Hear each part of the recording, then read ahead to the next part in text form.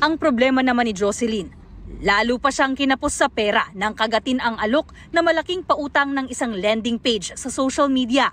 Nagtiwala raw siya dahil pinadalhan siya ng mga namamahala ng page ng mga kopya ng umano'y government permit.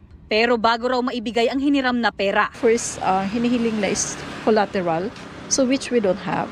At ang second, yun nga yun, kung magkano yung loan mo, magbibigay ka, like for me, like 70 ang kukunin ko, magbibigay ka sa amin ng 77.